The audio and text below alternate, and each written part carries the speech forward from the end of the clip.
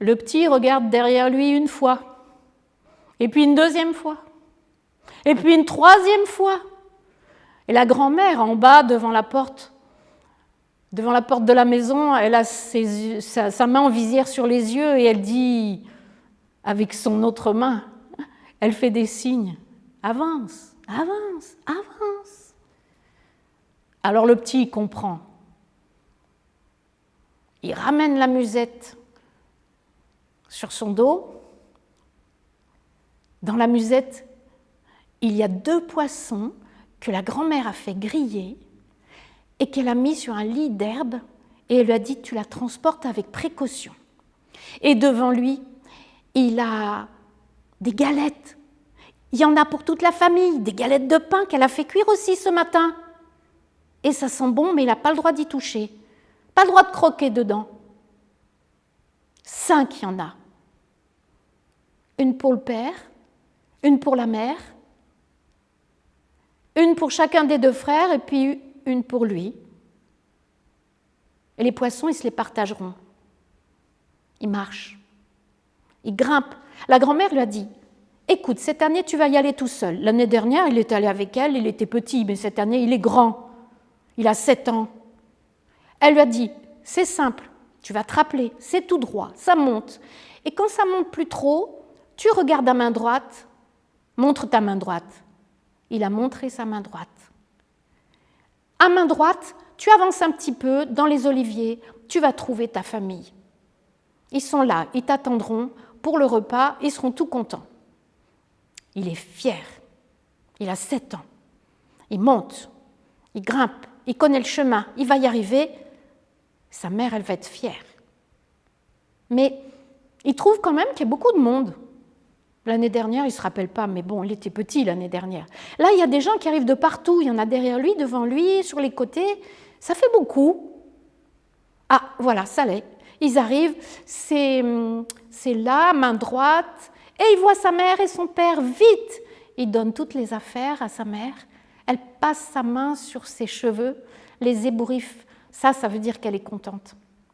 Et puis il demande, pourquoi il y a tout ce monde ?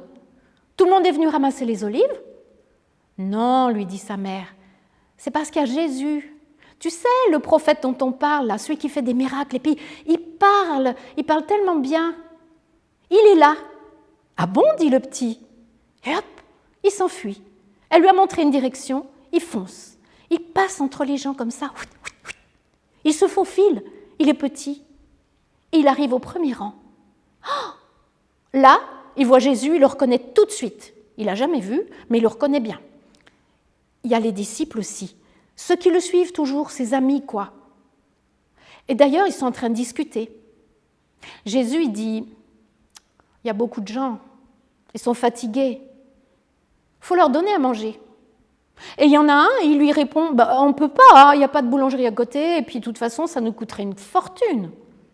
Alors lui, il pense à ses 5 pains, à ses 2 poissons. Il se faufile à nouveau entre les gens, et il arrive vers ses parents. Ils se sont déjà assis tranquillement, ils sont prêts à rompre le pain et les poissons et à les partager. Mais le petit, il ramasse tout et, un peu moins vite quand même, il repart et il dépose tout aux pieds de Jésus, comme une offrande. Et là, il croit bien avoir vu un sourire sur le visage de Jésus.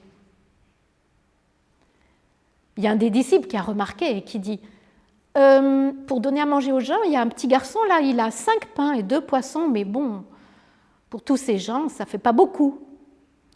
Mais Jésus, il n'a pas l'air pris au dépourvu. Il dit à ses disciples, faites-les asseoir.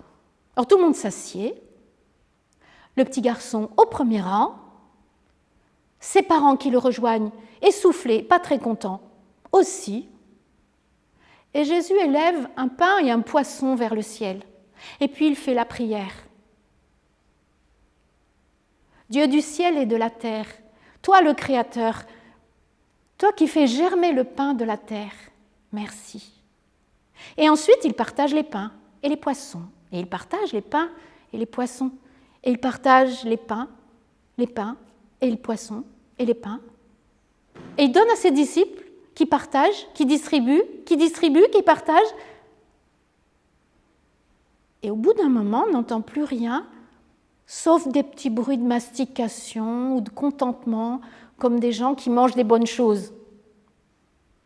Le père, il a reniflé le pain et il dit « ça a l'odeur du pain de la grand-mère ». Et les frères, ils mangent le pain, ils disent « ouais, c'est le pain de la grand-mère, ça a le goût du pain de la grand-mère ». La mère, elle sourit, et le petit aussi. Tout le monde mange. Et après, les disciples passent et puis ils disent « vous en voulez encore, il y a du reste ». Et à la fin, eh bien, il en reste. Et les gens repartent tranquillement, l'un à droite, l'autre à gauche. Et les parents du petit garçon, ils repartent à leur travail, eux aussi. La mère lui dit « tu redescends vite, hein ? Tu rentres à la maison, grand-mère doit t'attendre. » Oui, il va redescendre, mais d'abord il regarde. Et il voit que les disciples, ils ont sorti des corbeilles en raffia souple. Il les ouvre et puis il ramasse tout ce qui est de reste. Du pain, du poisson, du pain et du poisson. Il y en a 12 corbeilles remplies. Il entend aussi dans son dos, le petit, il entend les gens qui disent « c'est un prophète. Oh, tous les miracles qu'il fait. Est-ce que ça serait le Messie, l'envoyé de Dieu, celui qui nous a promis ?» Le petit garçon, il dit rien, mais il sourit. Et puis il redescend, tout guilleret, jusqu'à la maison. Il aura beaucoup de choses à raconter à la grand-mère.